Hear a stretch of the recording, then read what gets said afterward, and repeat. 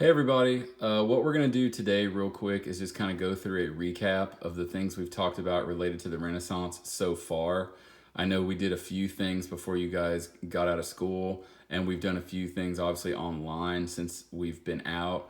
But what I want to do is just take some time today to recap and just really make sure that you get the main points of what we've been doing. There aren't really any new notes or anything to add to the notebook unless somewhere along the way you forgot something or didn't write something down or were absent. But we're just going to go through real quick and talk about some of the highlights, and then we'll get started talking about what's going to be coming up next, which is going to be the Reformation. So starting off here, as you can see, we're only going to talk about the Renaissance and not so much the Reformation. But that Renaissance time period is that time period that is right after the Middle Ages, the medieval times. And we said the plague was kind of easing up.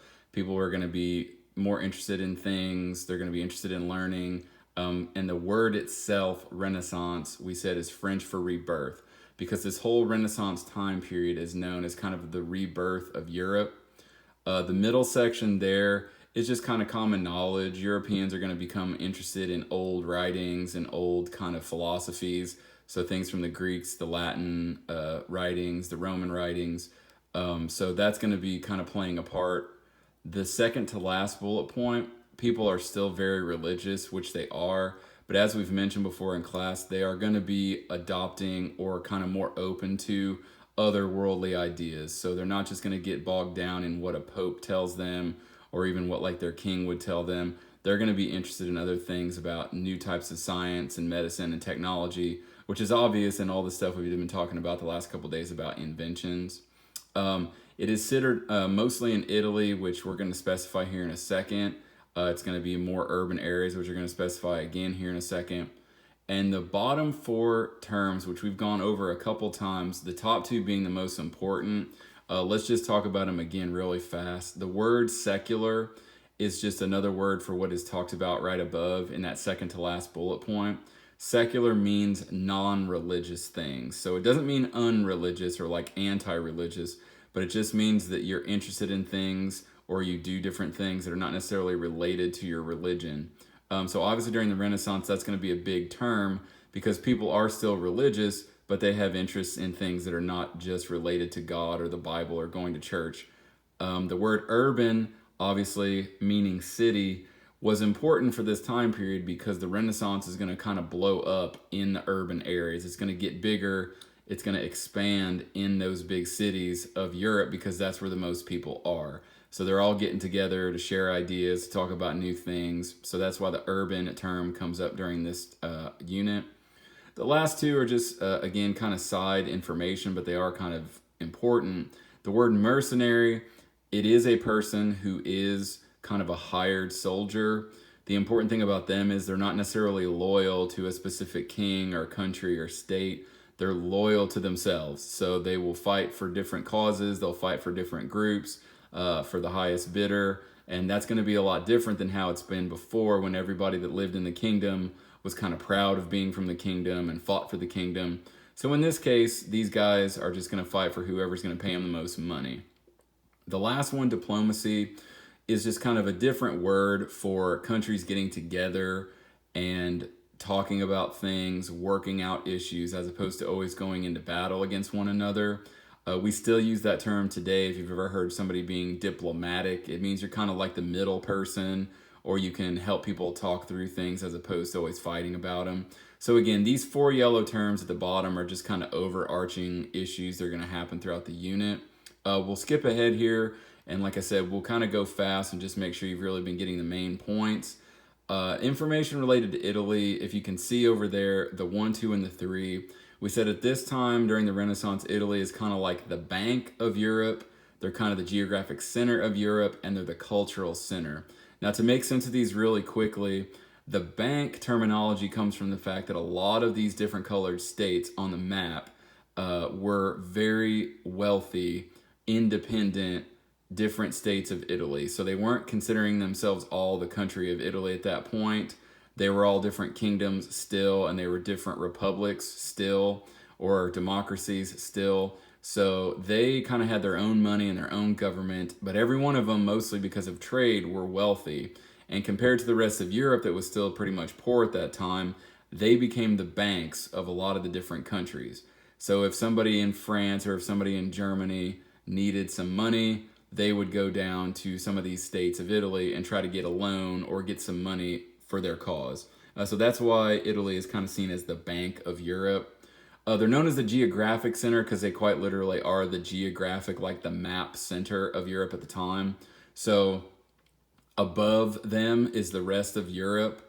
To the right of them is pretty much all of Asia, and to the south of them and the southeast would be the Middle East and places like Northern Africa. So if you look at a world map and you focus on Italy, they really kind of are in the middle of the known world at the time. So obviously people had to travel through Italy to get to other places, which meant they were going to stop and spend money. They were going to stop and trade. So it was kind of a good place to be for living in Italy at the time. Cultural center, the last one there, is because, again, we've said that Rome is kind of the center point of this whole Renaissance, and Rome is kind of the center of Italy. So obviously all these cultural things coming out at the time, you know, the new ideas about science and mathematics and technology, those are obviously going to be big deal issues. So them kind of being related to Italy is going to affect everybody else in the region at the time. Marco Polo, you all have done the Brain Pop video with the questions. You've done the map about Marco Polo's travels. But I'm going to put him up here real quick just for a second to get to the main reason that he's part of this conversation. And it is that bullet point. That after his 24 years of travel, Marco's going to go back to Europe and he's going to write a book about all of his travels and all of his journeys. Now, you might remember from the Brain Pop video that some of the book might be false or kind of fictionalized. But honestly, in the terms of history, it doesn't really matter because people in Europe thought it was a great book.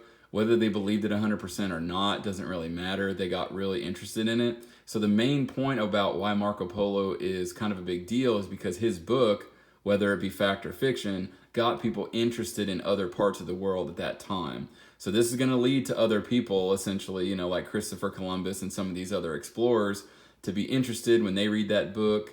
And then they're going to go out and do their own exploring, which is going to expand the known world quite a bit. So that's why Marco Polo is up here, essentially because his book, whether it was 100% false or 50% false, is irrelevant. The book got people interested, and that's what's going to be the big turning point. The last part here, just real quick about these inventions. We've done a couple things related to inventions, as you guys could tell. We did the ones like the eyeglasses and the matches and stuff like that that actually was legitimately real. These are from Leonardo da Vinci's sketches, and obviously they're going to lead to real things, but at the time that he lived, they were not actually feasible in order to build and use, but he just had all the ideas. So just to see if you guys are right or even close, I'll go through them real quick. The first one, the top left corner, is, yes, more like a hang glider or what will eventually become a plane. He just has the design, but of course he can't really build that thing and jump off a building and see if it's going to work because they just don't have the technology. The one in the middle at the top, a lot of you all said that it looked like a rake or it looked like kind of like a bellows for a fireplace to get your fireplace warmed up. It actually is a gun with multiple different barrels. So it's kind of like the precursor to a cannon or a machine gun. So all the little barrels at the end, they almost make like a rake pattern. And if you can see, there's kind of like a little latch handle in the middle, and you would pull that latch handle and it would suppress all the bullets out of the barrels, supposedly. Again, he didn't build the thing. They never really tested it in theory if it would work, but he just had the idea. The far right top one eventually is going to become the idea for a helicopter, so a lot of you guys got that right. The one in the bottom left corner is kind of hard to describe, but it is a way for people to attack an enemy's barracks or an enemy castle. And what you do is you roll the whole unit up to the wall, you roll it up to the castle, and then you put that little bridge part up, and it's like a covered walking place. So if you see where the little triangle is, the guys would come up the back stairs there, and they would go through the little tunnel. They would go through the little triangular shape, and they would jump out the other side over to the enemy's wall or through the enemy's wall. Again, that'd be kind of hard to realistically build and make operational, but again, these are ideas that are eventually going to become other things. The last one there, a lot of people got right. It's a parachute. Clearly, it looks more triangular or like pyramid shaped than today. That looks more like an umbrella. But a lot of you guys figured that one out. So the inventions, again, long story short, are just a big part of Renaissance thought because they have time to do that now. They're not worried about the Crusades anymore. They're not worried about the Black Plague. They have time to create these things, or at least be thinking about these new ideas and new inventions. Whether or not they got them all to work, again, it's going to lead to other stuff later. So they are pretty important. Lastly here, we're not going to do anything with this today, but you guys are going to do stuff coming up with this next, which is the Reformation, okay? So we said that this unit is kind of Renaissance and Reformation. We're pretty much done with the Renaissance half, and now we got to get into the Reformation. So clearly you can tell here just by this slide, there's going to be something to do with the Catholic Church. There's going to be something to do with a guy named Martin Luther, who is different from Martin Luther King Jr., different guy. But all this stuff that you see up here is going to be our starting point, okay? So once again, I just hope you listened to this whole thing and kind of got out of it what you need to get out of it. Because again, the point is that it is stuff, for the most part, we've already talked about, and it is just a recap. But I just wanted to kind of keep you guys up on things. And hopefully everything you've seen up to this point is nothing new to you. So we'll keep in touch and hope you all are staying safe out there.